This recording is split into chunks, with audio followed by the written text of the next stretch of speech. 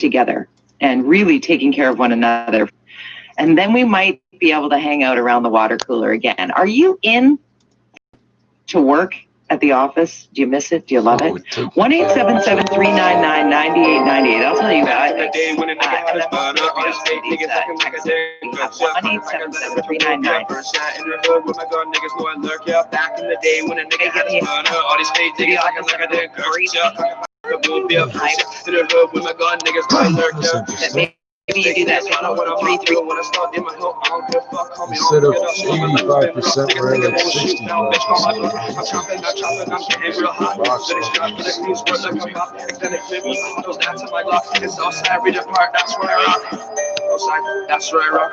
Extended clip, hang the Glock. J strap, cleans like I'm up.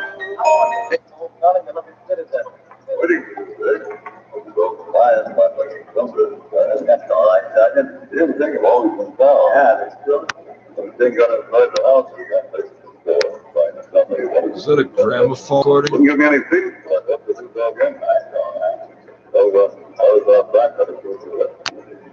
If this isn't a phone call or something, I can't hear this. It's too much.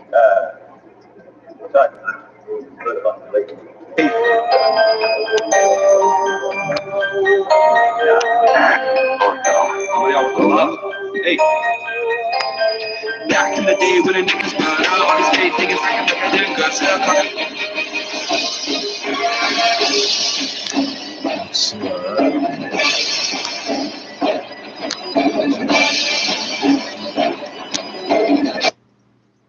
I want to hear about like flowers and butterflies and bullshit. Come on.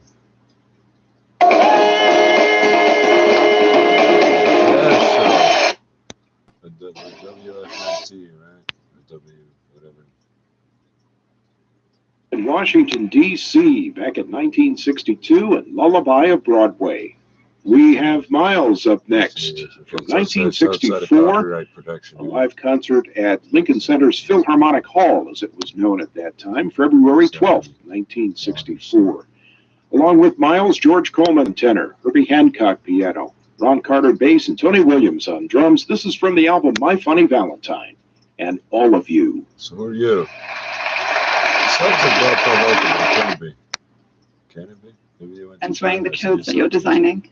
It's about democracy, I think, at the end of the day. I really like to be able to change the life of as many people as possible, and we all deserve beautiful things at any price point. And so when I was able to sort of create these things that people could access, it was wonderful to see it actually walking down the street. How do you think the creative process of fashion influenced your writing? I've spent my entire career understanding the world visually or through sort of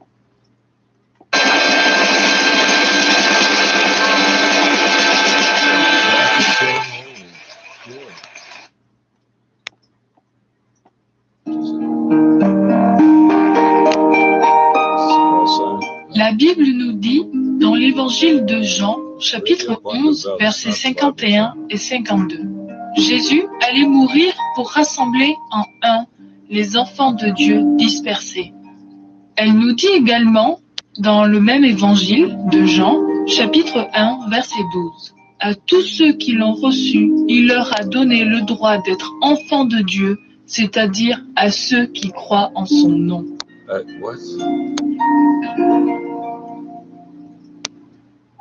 Unité? En janvier 2015, on a assisté à Paris et dans d'autres villes de France à l'un des plus importants rassemblements de l'histoire. Des dizaines de dirigeants politiques suivis de millions de personnes ont défilé dans une marche unitaire en... Cette Bible audio vous est présentée par le ministère La foi vient en écoutant, créateur de la Bible.is app. Cette application Bible one of the most diverse vaccine portfolios in the world, and we secured the largest number of doses per capita of any country. We have 7 bilateral agreements to ensure flexibility when it comes to supply chains. Okay, so we are not going to panic. We can't, because we can't really do anything about this. The good news is that the whole impetus of Pfizer doing this road bump delay is that they're expanding production. So it's not like we're going to have fewer doses. It's just the month and a bit that we might be delayed in receiving those which we were expecting next week.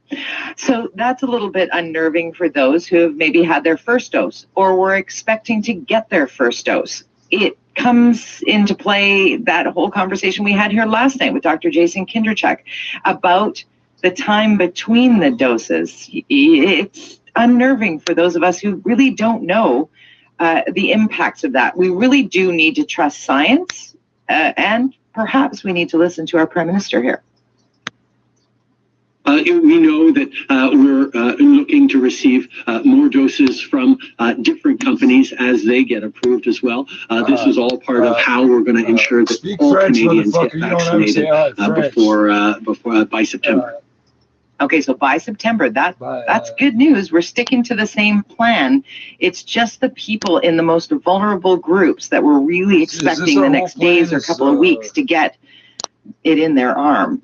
And now there's that little bit of a delay. The good news as well, on top of the unnerving stuff, is that there are, as we've learned this week, 4 or more other vaccines coming down the pipe waiting for approval. So this could all radically change very quickly and ramp up. And all we got to keep doing is, when we get the call, take the shot. That's how we started this week. That's how we'll wrap this week up. Also, we'll keep in mind as we head into the weekend that we really do need to be mindful of our actions between now and the time where we have community immunity. This is about not traveling. This is about staying true to the lockdown or stay home orders that might be in place wherever you might be. We need to listen to public health, and certainly we need to be talking more about these variants that are coming to play, that are taking an already terrible situation and perhaps making them exponentially worse if we continue to move them around. So here's Prime Minister Justin Trudeau talking about the existing travel ban and advisory in Canada. We will do whatever it takes to keep Canadians safe based on the best advice and the best recommendations of experts, as we did when there was concern over the Christmas holidays around the UK variant. We banned flights outright coming from the UK while we could bring in stronger measures around pre-boarding testing. Mandatory for anyone returning to this country. We will continue to look at various variants, various geographies, and make sure we're taking the right decisions and the right measures to keep Canadians safe. Every step of the way, we're going to be informed by the recommendations of our experts and of public health doctors on how to ensure we're keeping Canadians as safe as we possibly can. We got to stay safe. And you know what? This is on all of us, each individual Canadian. And, you know, there's some people that are like, I don't care, and this isn't a big deal. It is a big deal. This virus moves around by way of us. The virus does not have legs. It uses ours. So keep that in mind. When you're thinking maybe you don't need to keep your contacts tight, you do. Your bubble needs to be extra small. This is going to get darker before the dawn, so we need to be mindful. And a big piece of this is, if you are traveling, if you are going really outside of your health region, you should be extra tight. But certainly, if you are coming and going out of the country, we're going to reiterate right here that quarantine continues to be mandatory. We're always looking at various measures as they are effective elsewhere in the world, but so far the measures that we have taken in place, the extremely strong mandatory quarantine that's been in place since March and has been extraordinarily effective, even as we've seen cases rise from external transition throughout Europe and elsewhere. Our measures have been very strong, but we're always open to strengthening them as necessary. Okay, and the Prime Minister expanded on measures and the variants. We brought in extremely strong measures on that is stronger than most of our lives and has been extraordinarily effective over the past many months at keeping Canadians safe from international spread of the virus. But of course, we need to continue to strengthen those measures. We strengthen the quarantine penalties and fines and the follow-up to make sure that people are actually quarantining. We've also brought in new measures around pre-boarding testing before people return to Canada as an extra measure of safety. And of course, at the same time, we continue to tell people not to travel. We are actively discouraging any form of international travel. That is the best way we're going to make sure we're keeping Canadians safe, not just from the virus, but from all the new variants we're beginning to see elsewhere around the world that we need to keep Canadians safe from. No international travel unless it's essential. And that is really poignant. So let that be the point that we end the politics and the COVID-19 facts and figures on this Friday night, early Saturday morning, coast to coast on the Chorus Radio Network. We're going to take a pause right here, and on the other side, I want to round table up about work from home or working from the office, how we feel about maybe a little bit of both. I like the hybrid. I'm going to connect with our producer, Jumio Gonzola, as well as our technical producer, Brendan Kelly, and bring in John Jang, who, of course, is taking you through the shift tonight, and sort of give an idea, take a litmus test and see how everybody feels about work from home. I'm a hybrid. That's what somebody Despite election officials claiming he won 80% of the vote. Actual correct term, the man, sometimes called Europe's last dictator, remains in office. In Sudan in 2019, protester Ala Salah stood on top of a car wrapped in a white thobe, calling for President Omar al-Bashir to step down. He was later overthrown by the army. Look too, women in trousers in Sudan and around the world.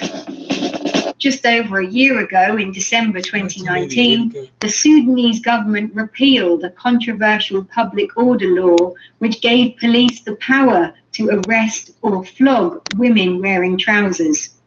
10 years earlier, in 2009, Sudanese journalist Lubna Ahmed Al-Hussein was put on trial for wearing trousers, an act at the time that was considered indecent under Sudan's strict morality laws, and which carried a possible punishment of imprisonment and 40 lashes. The court found Lubna guilty but gave her a fine rather than sentencing her to be lashed. A woman wearing the trousers has long enraged conservatives because trousers represent sexual independence, ease of movement, and physical work. So they have been considered something that only men should wear. Although in large sections of the world, for example, Mogul India and Mongolia, historically trousers for women were not a big deal at all. Anyway. What are we talking Look about? free, t-shirts in Hong Kong. While in France, it was yellow vests that came to symbolize anti-government protests, and in Thailand, it was red shirts. In Hong Kong, pro-democracy protesters have typically worn black t-shirts, often paired with a black face mask. Commentators believe the choice of black, a traditional mourning colour, is because protesters want to communicate sorrow, regret and anger at their government. And as with women in white, all black allows a group to make a unified visual statement. Pro-democracy protests are nothing new in Hong Kong. Now, a new draconian national security law allows the authorities to crack down on peaceful expression and to arrest people for having flags, stickers, t-shirts or masks that are perceived to be political slogans. China says the legislation is needed to stop pro-democracy protests that have sometimes turned violent. The Chinese take it all the way. China, yes, sir. The fashion industry loves to co-opt radical fashion, but really it is the grassroots protest movements that are the cutting edge of creative street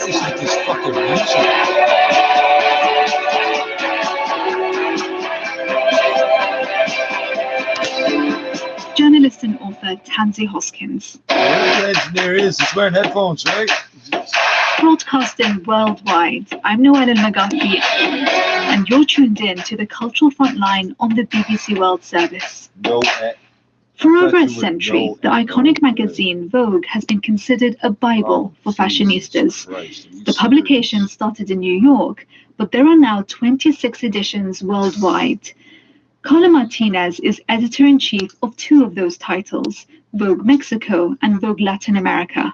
Carla has dedicated her time at the magazine to telling stories of style from people across Central and Latin America, and using the magazine's famous cover to show a diverse image of fashion. I spoke to Carla about how she creates a distinctly Latinx look for the iconic magazine. Ever since I was a young girl, I remember really, really loving clothes and fashion and how fashion made you feel. And I'll never forget, my mom took me to buy a pair of strawberry shortcake sneakers when I was around 6, and we lived in Memphis. And I didn't want them to get dirty, so I kept trying to clean them. And she said, you know, you can't clean them. The shoes will get dirty on the street. And I remember that first purchase so well. And I remember we moved to El Paso when I was in 3rd grade, and about 4th and 5th grade, my friends and I started realizing that we loved clothes. So I really got my education in fashion and everything through art and society and culture in general by reading Vogue. Do you feel like you were represented when you were looking through the magazines back then? I remember feeling excited as a young girl when I found out that someone was Latin. You know, I first heard that Christy Turlington her mom was from El Salvador. I was like, oh, wow, that's so exciting, you know, that there's a Latina, or someone like Elsa Benitez, who was more of late 90s Mexican model. But no, I mean, I didn't grow up seeing people that looked like me on the cover of magazines, inside magazines. I didn't see them in Mexican magazines either, and certainly not on television. So when you started at Vogue Mexico and Latin America, what were the changes that you wanted to make? You should do it both at once, right? I noticed that a lot of the time when we asked for certain models, the agencies were, you know, were reluctant, like, oh, I don't know if she's ready to do, or if we want her to do Mexico just yet, or Latin America. And so they would suggest someone else. And a lot of the times they would suggest someone else that, yes, was a big kind of influencer star, but she had nothing to do with our market. And I started saying, if I'm not giving the chance to these young models from Dominican Republic, from Colombia, from Mexico, who is giving them, you know, the platform? Can you tell me about some of the covers you feel changed the image of the magazine? One of the first covers that we produced in 2017 was with Lenezi Montero, a Dominican model who's now been on our cover, I think, 3 times. And she's a lovely girl from very humble origins in Dominican Republic. Even for her to be on the cover, I had to, you know, beg the agent, you know, say, you know, this is Latin America, she has to be on our cover. It's funny because sometimes a lot of the agents want them to do, you know, the bigger magazines, and then, you know, they give them to Mexico, which I think that is changing, and I'm happy about that. But we shot Lenezi, and the pictures came back, and she has this beautiful afro, and she was very excited to be on the cover of we gotta look this up. Vogue Latin America with her natural hair. And Mexico, she told me, girls in Dominican Republic came up to me saying, thank you so much for showing that you can wear your hair naturally, and you don't have to straighten it, and you don't have to wear a wig. Straighten that shit and wear wigs? Damn. So that always made me really proud and happy. As someone that has straightened their hair their whole lives, you know, the idea that you can be, you know, natural is something that I think is wonderful and a great message. No, I know that. I know the struggle. I'm looking at her cover here, and it's absolutely stunning. Yeah, it's beautiful. There's also like a lot going on in the region you cover. So how do you reflect the political turmoil, the migration crisis, the economic difficulties of your readers in Latin America? It's a crisis. If I reference, for example, U.S. Vogue, you know, they talk a lot about politics, but for us, we're not a political magazine, and I think our readers don't go to the platform for politics. But at the same time, we know that there are so many struggles in the region. We try and talk about culture, artisans, personalities that are leading change and that have a powerful message. From Yalitza, for example, that has talked about, indigenous rights, and she led a movement to pay domestic workers more and for fair wages. So we would talk about that, but not confront the political angle. The hot topics. We shot the Bolivian cholitas, and we didn't talk about the political situation in Bolivia at the moment, but we wanted to show their beauty and their role in society. Argentina recently legalized abortion, and that was a big movement. So we would talk about, the women that led the movement, but not get into the politics so much because, we're not a hard news outlet. But we know that what's important to the readers, and we want to provide a different angle for them to read in the magazine. That's Vogue's Carla Martinez. So our next guest, David Tilale, is one of South Africa's most celebrated designers. David was born and raised in a township and has gone on to become an icon of African fashion. He was one of the first African designers to showcase collections on international catwalks. His bold designs have been modeled by the likes of Naomi Campbell and Tyson Beckwith. But what inspires the work of such a pioneering fashion designer? David told the Cultural Frontline how his love for fashion was inspired by a very stylish member of his own family. My name is David Tilale. I'm a fashion designer based in Johannesburg, South Africa. A clothing item that actually changed my life is a jacket that was worn by my uncle from my father's side. This is many, many years ago, even before I even thought I'm going to be a fashion designer. It brought a sense of what defines a man's wardrobe, what defines who you are. Why I say so, it's because my uncle, on a daily basis, as much as he was a technician, he used to be that dapper-looking man who is always in a three-piece suit. But the jacket was never left behind. Every day he would be wearing this beautiful tailored jacket, a double breast, one vent at the back, but it had very intriguing and interesting pockets. It's not like simple jet pockets. It was like literally inverted pleats on the pockets, which were top stitched on the outside with pocket flaps and buttons, like, those almost kind of like a leather looking weaved buttons.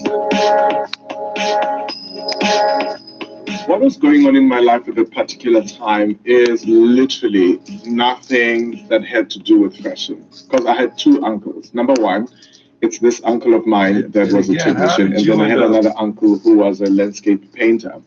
And I was spending more time with them. I think, in my early days of high school. Subconsciously, these things were being, I would say, manifested in me without me paying attention to it, without even knowing me that today I would be a designer. Because, literally, shortly after I finished my matric, I was not even thinking I was going to be a designer. I went to study internal auditing, and a year later, I went to study fashion. Fast forward 22 years later, here I am, reflecting on my childhood upbringing and also enjoying what both uncles were doing. And I realized the impact they had. I realized the influence they had in my life and to who I am today. Is it a piece of garment or clothing that I'd recommend to anyone else? Absolutely, especially in the 21st century. Yes, obviously with updated fabrications. Yes, of course, with updated styling and detailing and how you put it together. Because today you can dress up a jacket or you can dress it down, and you can also wear it to a red carpet or to a gala dinner. So is it something I'd recommend? Absolutely. But definitely it will have a David Tilale twist. Fashion designer David Tilale. That's it for this week's program. Remember, you can catch up on any episodes you may have missed by going online to bbcworldservice.com and searching for us. And don't forget, you can get in touch on social media using the hashtag BBC Cultural Frontline. We'll be here same time next week with more stories of artists changing the world in the way we see it. Until then, goodbye.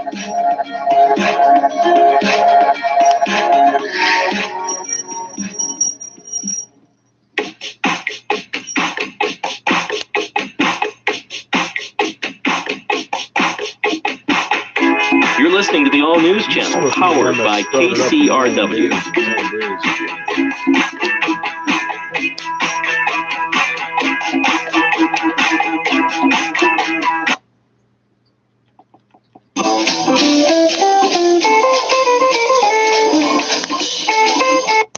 Shop online at CanadaGlovesDirect.com. And remember, if it says in stock, it is in stock and ships direct within 24 hours from the warehouse here in the GTA. A Canadian company taking care of Canadians.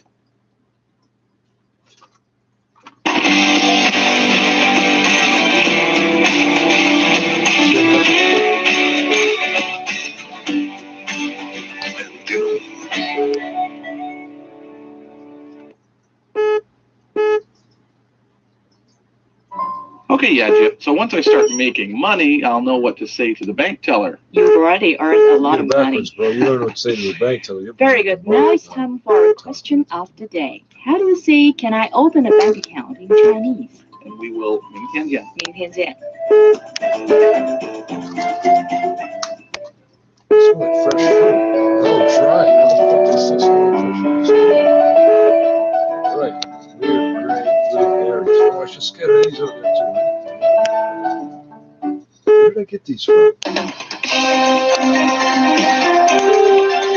You're listening to China Plus Radio, connecting you with China and the world.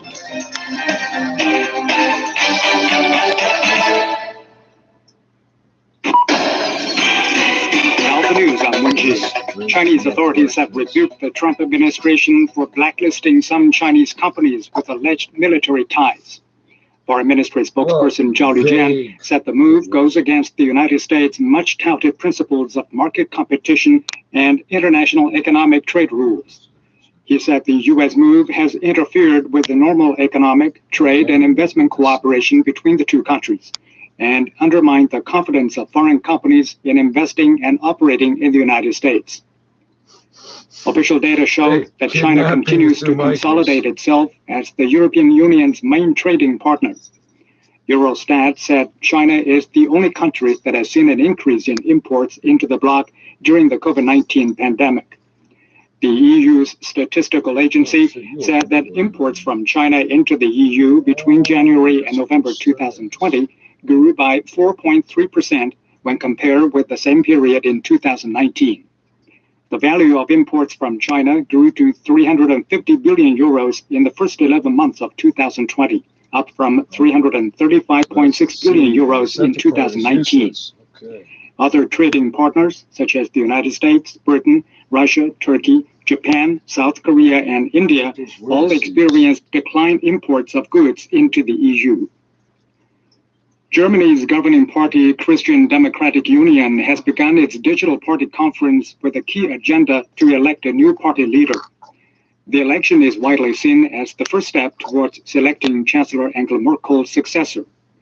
General elections in Germany are coming up in September, and Merkel has repeatedly stressed that she will not run again.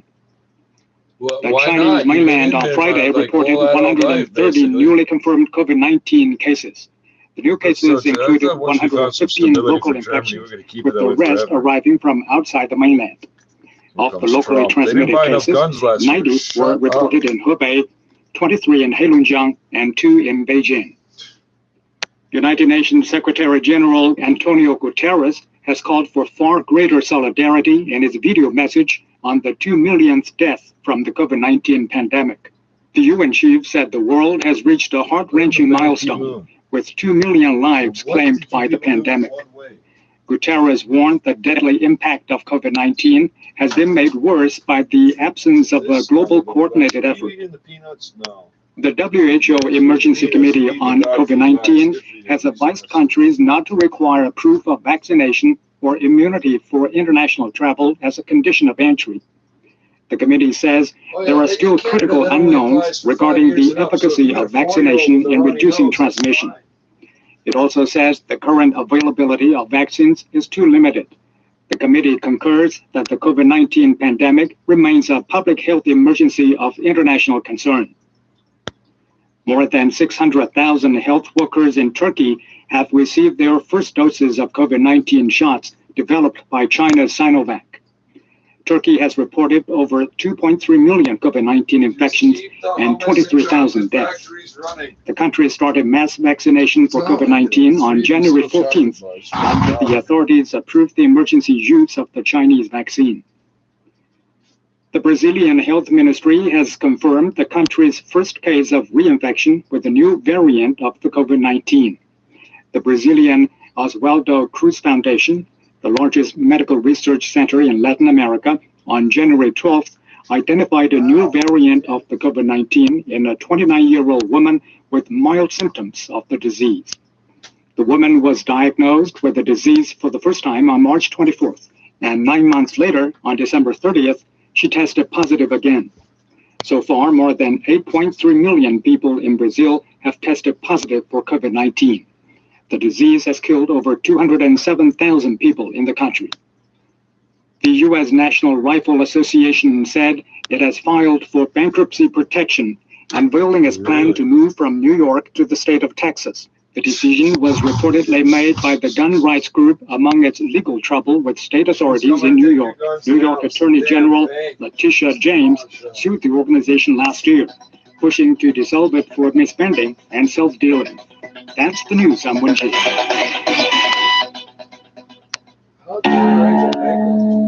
Experience the musical classics of the East. Mingle with the masters of Chinese music.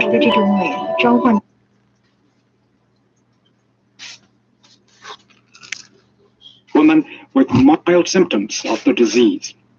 The woman was diagnosed with the disease for the first time on March 24th, and 9 months later, on December 30th, she tested positive again.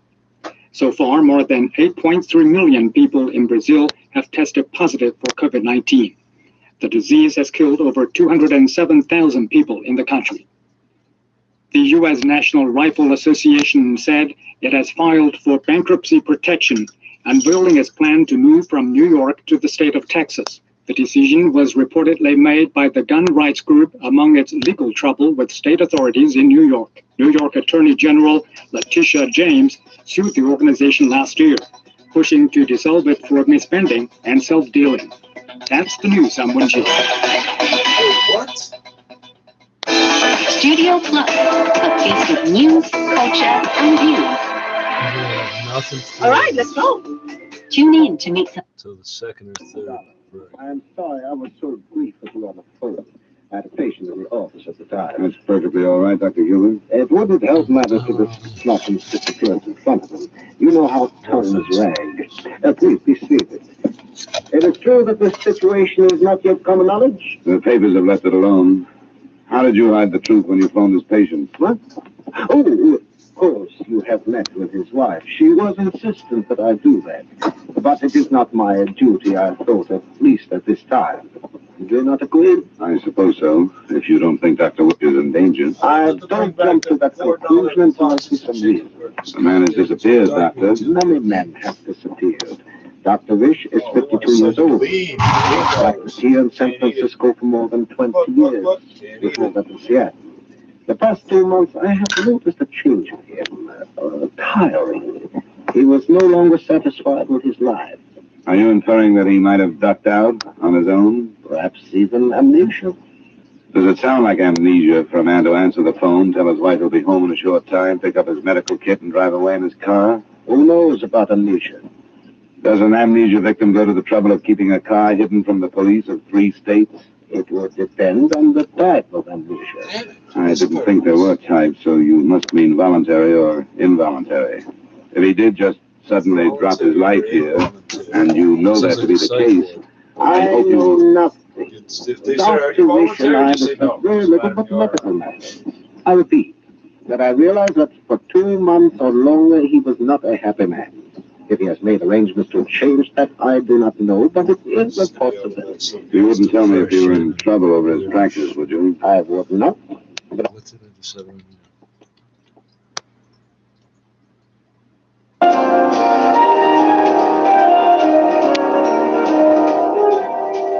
Cream-colored ponies and crisp apple strudels, dwarf and sleigh bells and schnitzel with noodles, wild geese that fly with tumble on their wings. These are a few of my favorite things. And just think it's any other game. It's just a sport. Well, for those that are passionate enough to create content out of this game, it means more than that. And I got to admit, I'm in a position of privilege as a male broadcaster, as somebody who's a man in media. You might attack me for my ideas. I've never had to deal with somebody sexually harassing me for wanting to share an opinion. Interference, but is there any independent election monitoring going on from within or without Uganda? There is a much smaller number of election monitors as opposed to the number that was there in 2016, for instance. The Electoral Commission accredited over just 800 election monitors for the whole country. These include people from regional bodies like the AU and the East African Community and IGAD. They include also local monitors from within Uganda, from the civil society, from youth groups. But I don't think that they were enough to have covered the whole country. And we expect especially the East African Community Monitoring Team to speak later today and to give us their assessment of what they've witnessed over the last few days. But I doubt very much that the number that was accredited were enough to cover the whole country, because the US mission, for instance, pulled out, complaining that only 15 of their people got accredited, and they didn't think that that would make sense for them to be deployed. Many thanks. That's the BBC's Patience Atuhaire in the Ugandan capital, Kampala. Today marks the start of one of the world's most extensive coronavirus vaccination programs in India. The government there hopes to inoculate 300 million people in the coming months, starting with frontline health workers. On the line now from outside a hospital in New Delhi is our South Asia correspondent, Rajini Vaidyanathan. Rajini, India has some locally produced vaccines, doesn't it? Silence, great. Yes, I mean, both of the vaccines that are being rolled out today are being produced here in India. There are two vaccines which are being rolled out. One is the Oxford AstraZeneca vaccine, of which millions of doses have already been produced in Pune in Maharashtra. The second one is an Indian-developed vaccine from a company called Bharat Biotech. Now, that has caused some controversy, the rollout of that, because it's being rolled out before it's actually cleared phase 3 efficacy trials. So some experts are concerned that this vaccine is being administered when people don't know how effective it will be. But the government stresses that the vaccine is safe and that they will be giving it to people under very strict supervision in clinical trial mode. 300 million people, that's an ambitious target for the first few months of the campaign. What infrastructure is there? What are the chances of meeting the target?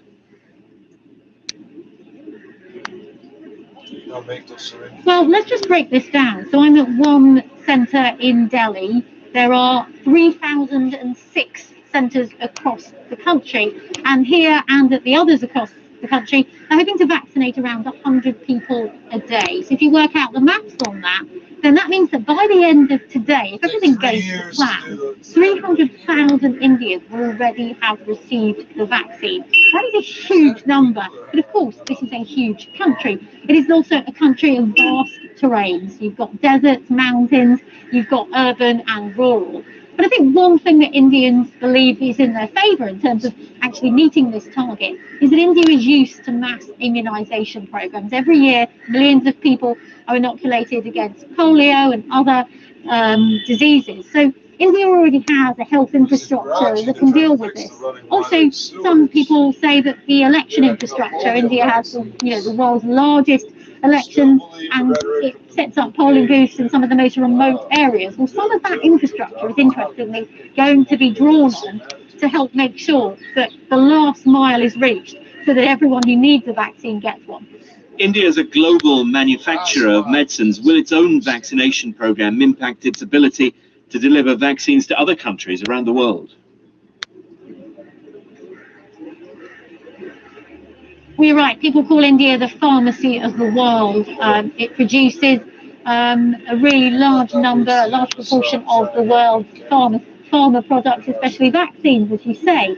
Now, at the moment, the vaccines are going to be used for India, but there have already been deals done with some of India's regional partners and some of the companies who are producing the vaccines. So Nepal, Bangladesh, other regional countries. Also, Brazil has asked India for some of its vaccines to help fight the virus there. I think going forward, India will and has already made commitments to supply developing nations as well.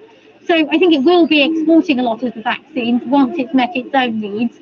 Has a huge vaccine production capability, but of course, when you're talking about millions of people, the demand will be really, really tough to meet. Many thanks, Rajini Vaidyanathan in New Delhi. This is the BBC World Service. I'm Paul Henley with Weekend.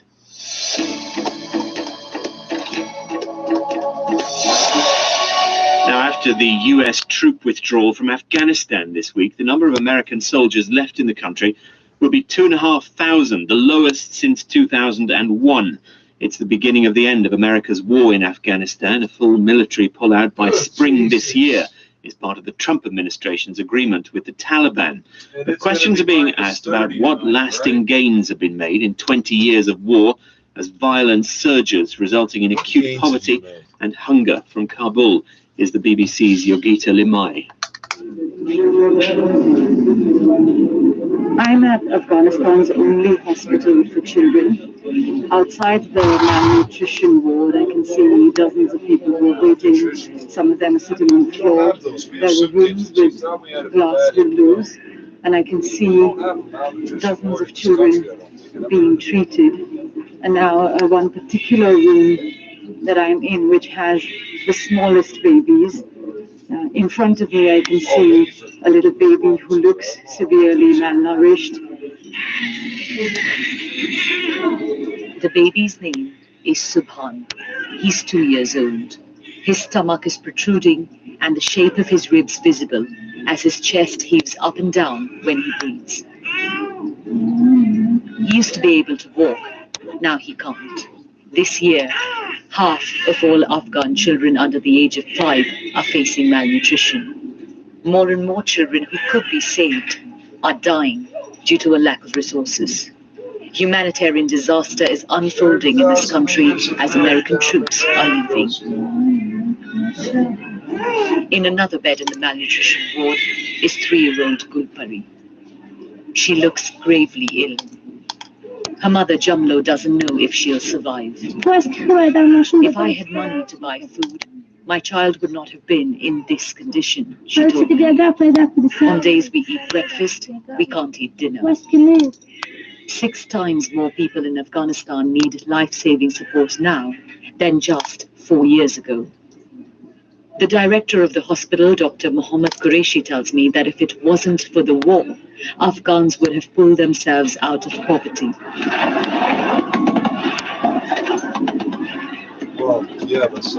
Over the past few months, violence has surged significantly in this country.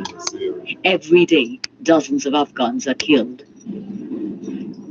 I'm standing on a hill overlooking the main base of international troops in Kabul, a place that houses fewer people now than ever before.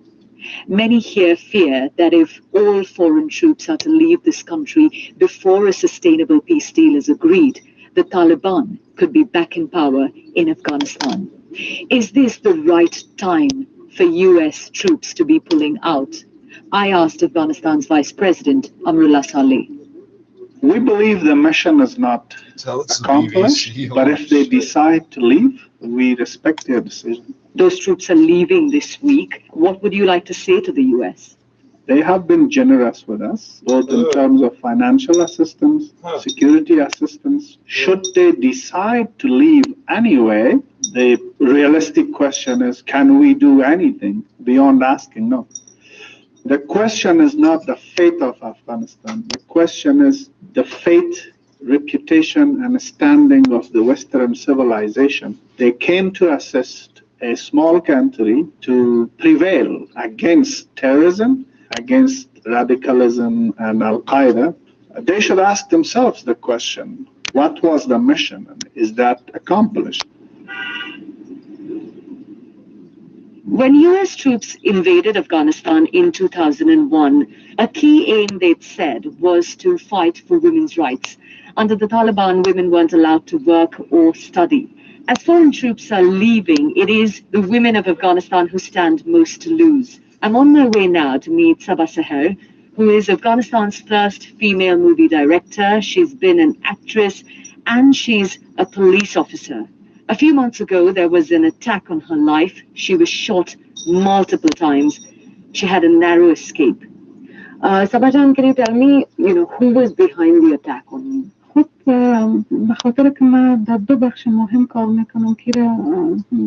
I work in two important positions. The Taliban would never want me to do these jobs.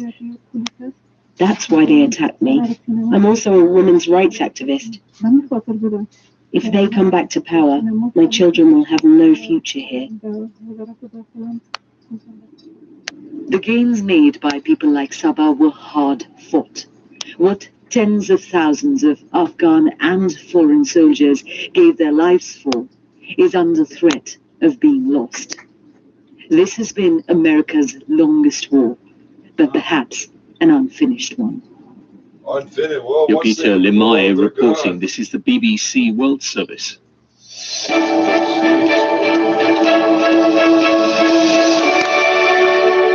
6 GMT. Here are the headlines. One of the world's biggest coronavirus vaccination campaigns begins today in India.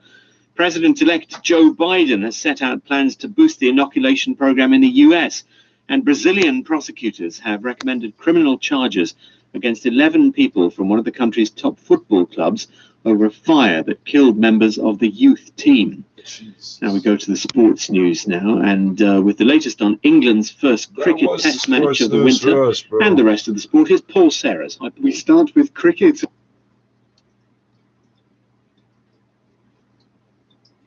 That at the very end.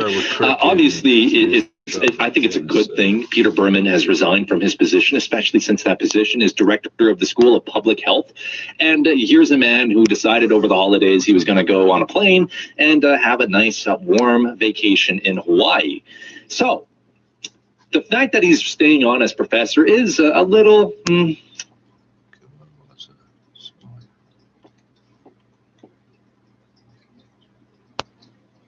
To a certain degree, this pandemic brought much of the world to a halt, and they encouraged the people to rethink about their habits, and maybe it's time for them to come back to reading. But let's not forget the efforts made by the bookstores and book sector in encouraging people to read. I think books are irreplaceable to the world. They nourish minds.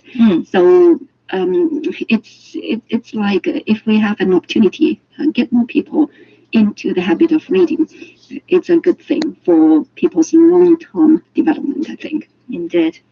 Okay, on that note, let's go to a song break, and we have the song from Rihanna, Towards the Sun.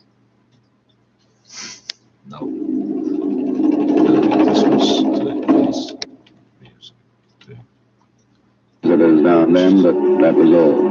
Nobody had seen an injured man enter or leave. An hour later, in Lieutenant Hughes' office, I learned that the police had had better luck than I had. I got on the teletype to Carson City. Your description of the blonde man fits what they have in a man named Ned Ring. Records in Nevada and Utah. Anybody with hair like that never should have tried to be a criminal, dear. And they gave him the name Mobius. They have an Alan Mobius. No record. But I know an associate of this Ned Ring, so it figures. No next of kin on Mobius, I suppose, huh? No, but he must be a brother to the woman, unless that's her married name. Anyway, they never heard of her. She's clean as far as we're concerned. Yeah. Well, I guess she just happened to know it. Wait a minute. Hello. Right. Well, that's the name of it. Good. Put him in a room. We'll go right down. How's that? Your blonde friend. He was picked up boarding an airport limousine.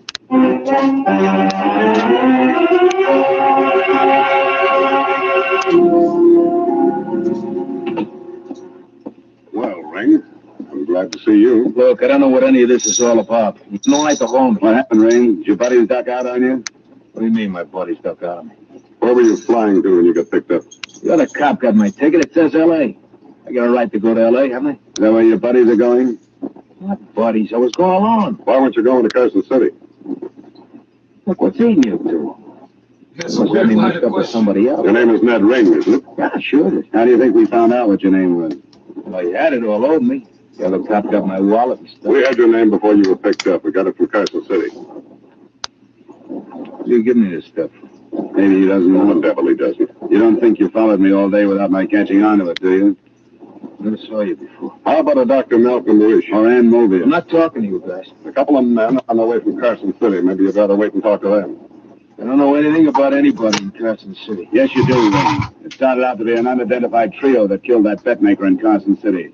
But it isn't anymore. We've got your name and we've got another one, Alan Mobius. And we've got a link between Ann Mobius and the doctor that disappeared the other night. He was held in an apartment on Van Ness. He took care of one of your buddies who's been shot. That's a kidnapping, right? And now it looks like another murder. You tried to set it up like a suicide, but if he went off that bridge, he was pushed. I don't know anything about that. About what? That, whatever you're talking about. Get off it, Ring. You're tied up. They left you, Ring, didn't they? They had to get out of that apartment. And while they had you off tailing me around town, they left. And they left 100 leads pointing right at you.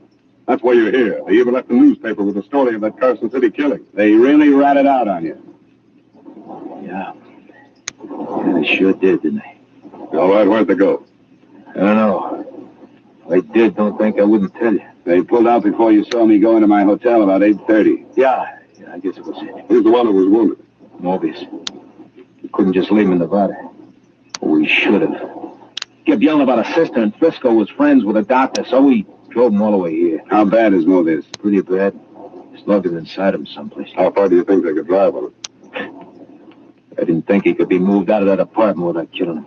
Where does the sister stand in all this? No place. She was stuck. Seeing her brother like that, she couldn't think of anything but him. She lied to the doc. She told him she got hurt to get him over. And Gould and me woke up. Gould? He's the third man? Yeah. He's the one who did the gun work in Carson City. We knew we couldn't let the doc go unless Mobius died or else got better so we'd get out of here. We was trapped more than the doc was. That's why I had a plan on his house and picked you up. I think you're talking straight with us, Ring. I hope you are. I've got much reason not to, have I? Well, you must have done some talk about where you'd go if you had to leave. We never did get to that. I knew where they were, brother, I tell you. And you can believe that. I'm not going to take all this by myself. He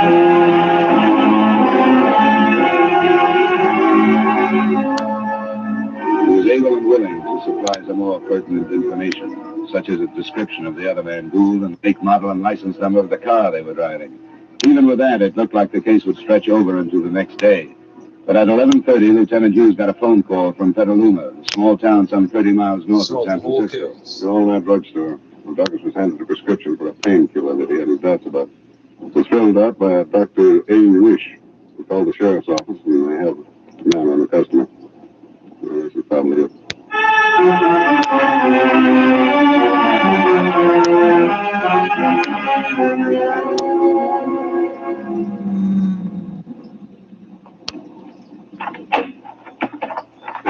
Sheriff Hill was behind us. You get the layout of this place? I guess all the hotels are about the same. Driveway up the middle, rooms on each side. That puts another 12 on this side, I guess. I wondered if it was the one with the light showing into the curtain. I'll put two men to watch this side, but I don't think there's a way out except the driveway. All right, Sheriff. Well, I think we're ready to go in. Number 12 was in the middle of the row of accommodations on the right. Only 3 of us went to the door, and none of us expected trouble. Certainly none of us expected the kind of trouble we found.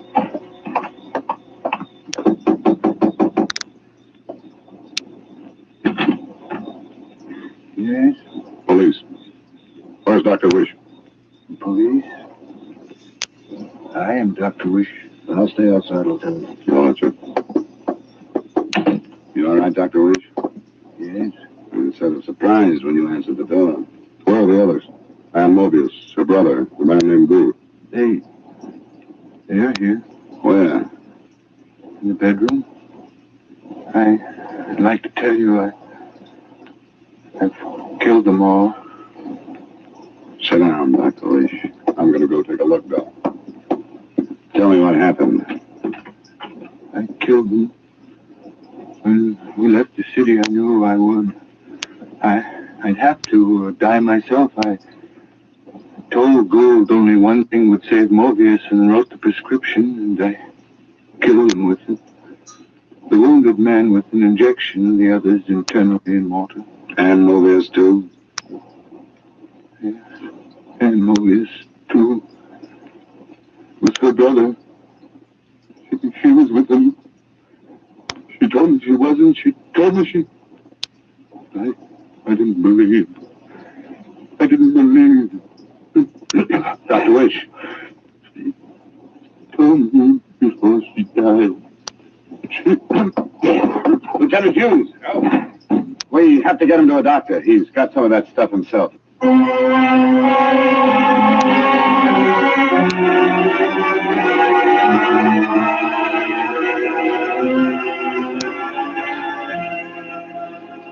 Expense account item 2, miscellaneous $140.50. Item 3, same as item 1, transportation back to Hartford. Expense account total $577.40. Remarks?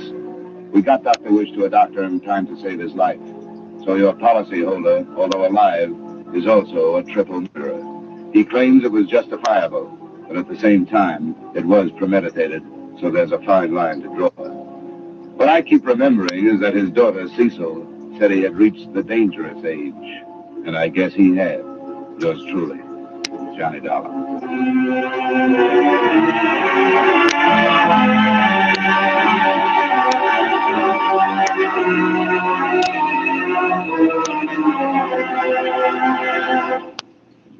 Yours truly, Johnny Dollar, stars Edmund O'Brien in the title role and is written by Gil Doud. Edmund O'Brien. Brought to you from Detroit, right? One is learning. I'm Lincoln. I am Manling. Manling, a very useful phrase. Trouble remembering unless I hear something 2 million times. And I said, I'm a 30-year-old adult. I still can't fully recite the alphabet without using the song. I just can't. I can't just start like ABC without the song just like instantly. Yeah, they do that to you in kindergarten as well. Fire that killed 10 youth players in the country's most successful football team, Flamengo. What the fuck's wrong with teenagers this died when their homes in converting shipping containers caught fire 3 years ago. Police in Guatemala have arrested hundreds of migrants accused of entering the country illegally. They're part of a group of about 3,000 people who set off from Honduras, planning to walk all the way to the United States. Rescue teams in Indonesia are continuing to search the rubble of buildings brought down by an earthquake on Friday. At least 45 people are now known to have died, mainly in the Mamuju area of West Sulawesi. Thousands are in temporary shelters. There's been a setback to preparations for the Australian Open tennis tournament after 2 people on a flight carrying players tested positive for COVID-19. Those on board the plane from Los Angeles. Or you can just Google the COVID-19 vaccine calculator Canada. And joining us now to talk more about this new tool are the creators who were behind it. This is PBS, the Columbia Broadcasting System.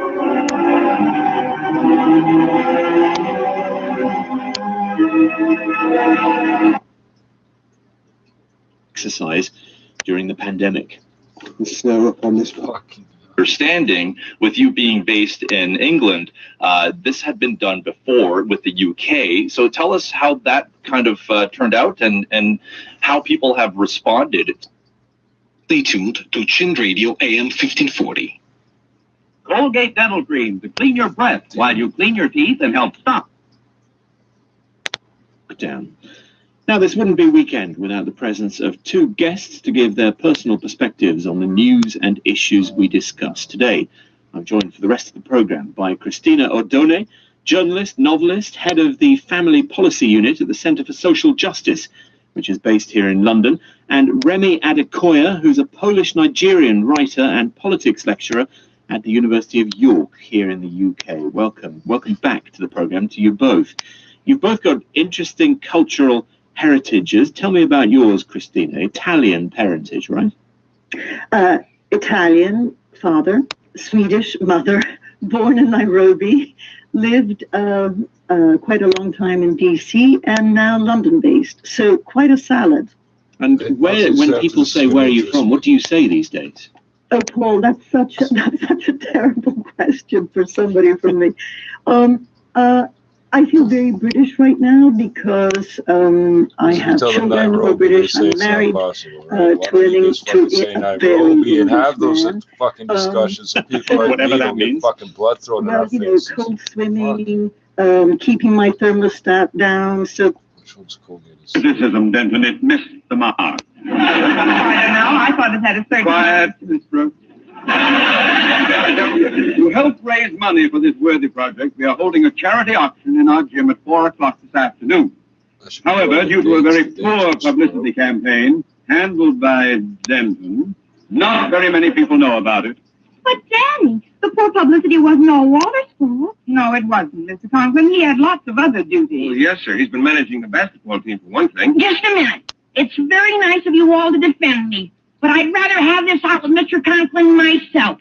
Now, about that publicity campaign, Mr. Conklin. What about the campaign? Take one.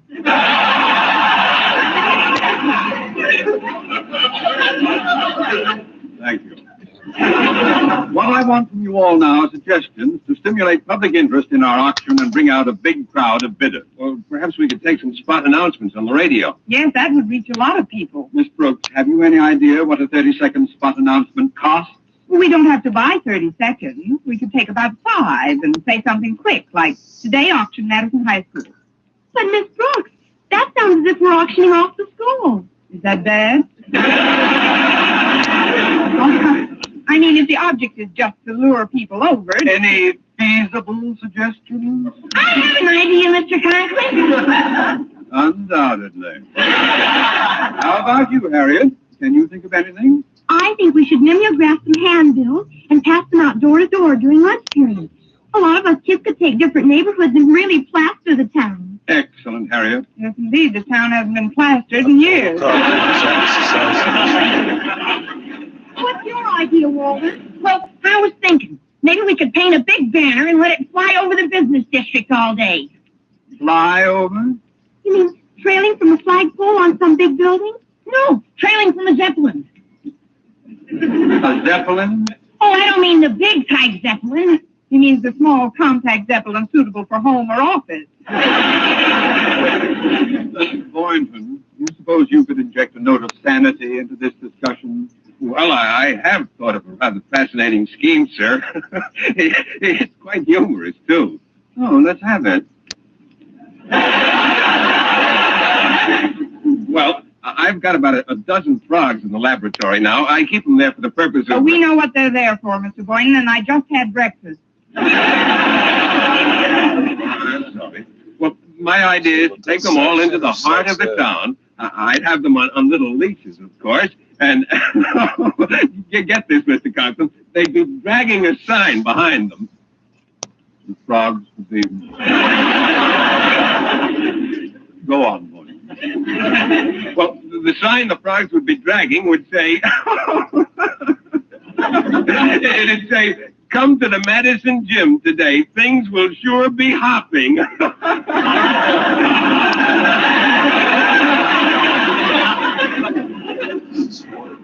Mr. Boynton, you have my permission to take your idea and hop out of this room. I really think the handbills will do the trick, Daddy. So do I, Harriet. Miss Brooks, do you concur? Frequently. Oh, I'd like to discuss something now that we all seem to have overlooked. Namely, if our auction is to be a success, we lack one fairly important item. What's that? Something to auction off. A very cogent observation. However, the members of the student body were asked to bring their parents' donations to school this morning and leave them just outside the classroom. You, Miss Brooks, will be in charge of augmenting these donations. Me? Oh, but Mr. Conklin, I've got other things to Now do. Which tell are the to take truth, up. Miss Brooks. Is there anything as important as raising money for children's playgrounds? Yes, sir. Raising children for the playground. Hey, you hear that, Mr. Boynton? What are you going to ask? Quiet, Walter. Look, Mr. Conklin, I want to help in this campaign. And you're going to? I know we might be able to get some more merchandise for the auction from Mr. Jessup. He's a pretty good friend of my dad's. Oh, you mean J.D. Jessup, the big real estate man? Yes, sir. He's the biggest philanthropist in this part of the country. Contributes to everything and anything. He's a natural-born sucker for a worthwhile cause. Charmingly put, Walter. And do get in touch with Mr. Sucker. Jessup. Now, Mr. Boynton, you will see to it that the auction tables are set up in the gym. Yes.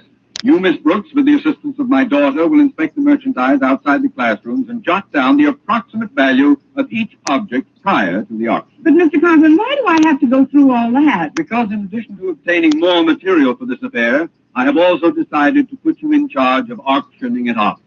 Meetings adjourned. Oh, but, sir, I said meetings adjourned. Good day, all. Golly, that's quite an honor Daddy conferred on you, Miss Brooks. Just think, you're head auctioneer. Yes, and we both know whose head I'd like to auction off first.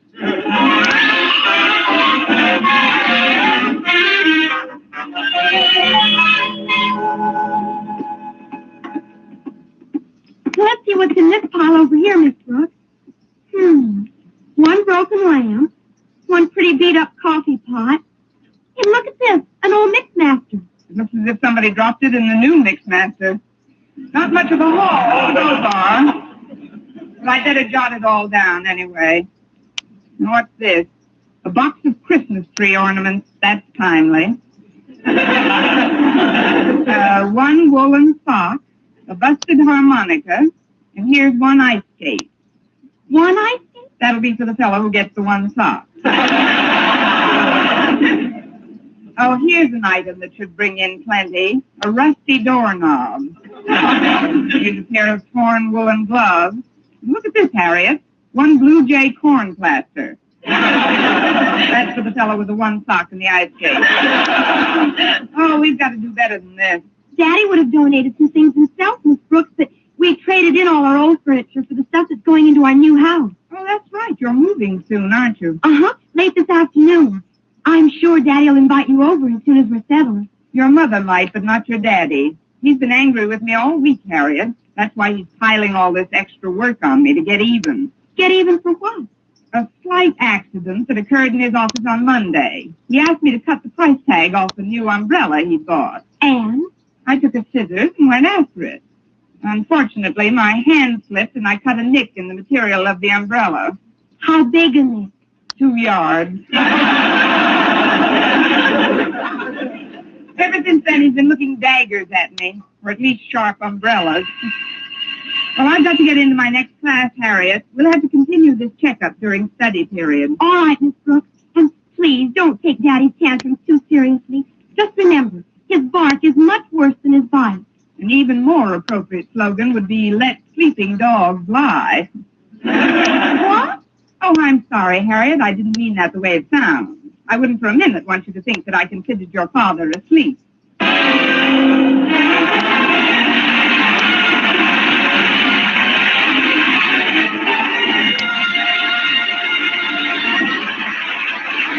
Our Miss Brooks, starring Eve Arden, will continue in just a moment. But first, here is Vern Smith. No other dentifrice offers proof of such results. Proof that Colgate Dental Cream helps stop tooth decay before it starts. 2 years research at leading universities using Colgate Dental Cream, hundreds of case histories, makes this the most conclusive proof in all dentifrice history on tooth decay. Dentifrice. From the opposition, it is a fact It's an extension of assisting, of repression, and of making sure that right from the very beginning of each term of President Museveni, the rigging machinery is set to run so that the next election ends in his favor again. Many thanks. Patience Akumu in Kampala. Remy, a curious fact, and this goes for many African countries, doesn't it, that men in their 70s and 80s are governing the world's most useful populations. No wonder there's a conflict of interest. Definitely. President Museveni is 76 years old. The median age in Uganda is 16. And the median age in many African states is under 20. In Nigeria, I think it's 19 or so. And so this is a problem which we see everywhere. Last year we're talking about Uganda, of course. Last year we had huge protests in Nigeria by Nigerian youths who were protesting police brutality, and they were clamped down on also, by the government of a 77-year-old Nigerian president. So this is a story we hear everywhere on the continent at the beginning, and I think the next decade of African politics will be defined by this generational struggle, because at the end of the day, the reality is that, in 10, 15 years, the laws of biology will set in, and the generation of the Musevenis, the men in their 70s now, they're no longer going to be around, or at least they're no longer going to be in active politics. So the question is, what happens then? Who's going to take over then? Is it simply going to be, the people who are 60 now, who will be 70 then? Or is it actually going to be, or are the youths of the continent going to be represented in, say, a younger generation of leaders, let's say perhaps, in their 40s or in their 50s? All right, let me get Christina in, because she wants to say something. Yes, Remy, I get your point about this being an intergenerational struggle. But if Museveni was a 76-year-old who believed in free press, who believed in regular and free elections, and who believed in the rule of law, I wouldn't care about his age. The problem here is not that he's ancient. The problem here is that he is a dictator, or as close to a dictator as can be. And that is why we should be very worried about what is going on in Uganda. And in fact, we should be asking ourselves, have we been enabling this dictator? We've certainly been giving a lot of aid. If by we, I mean the West. Yes, I mean the West. I don't mean just Britain. But I remember reading that the USAID had given Uganda up to $800 million a year up to 2019. And when we give this kind of aid, shouldn't we be saying, we stipulate that if you get this, you keep your house in order, you start regular and free elections, you obey the rule of law, you allow a free press. Thank you both for now. You're with Weekend from the BBC World Service. It's 46 minutes past the hour. Now, at the end of last month, just before the UK formally left the European Union, the Spanish and British governments agreed a deal to maintain freedom of movement to and from the territory of Gibraltar. Gibraltarians are British citizens. They elect their own representatives to the territory's House of Assembly, where the British monarch appoints a governor, and the UK maintains a military garrison and naval base in Gibraltar. Our correspondent Gavin Lee has been there to assess the implications of this new agreement. It's early afternoon, and the sun's shining on the southern tip of Spain. We're about to drive over the border from the Spanish town of La Linea into Gibraltar, and the huge rock face of the British territories in front of us, and there are some Spanish workers heading in for work. What you're about to hear could soon be a thing of the past. Hola, hello. Hola, Can you show me your passports? So these are border guards, Spanish first and then Gibraltarians, doing customs checks and working visa checks as people come through. The British, Spanish and Gibraltar governments have agreed in principle that this frontier is going to disappear. Passing through the barrier is Melissa, who works as a Spanish teacher in one of Gibraltar's schools. For me, it's great news. In the future, we can get a job. My son, we can get a future in Gibraltar. There are 15,000 workers from La Linea who work in Gib, as it's called here. That's a third of the total population. Spanish staff are relied on in the catering, nursing and cleaning industries, and workers need the money. La Linea is one of the poorest regions in Spain with the highest unemployment rate. We are a city born because of the needs of Gibraltar. Juan Jose Uceda is from the La Linea Workers Association. We are going to have a dumping ground if it happens, we are going to be as normal people again, as we have been suffering for so many years, the queues and the delays on the border and the political issues behind it as well.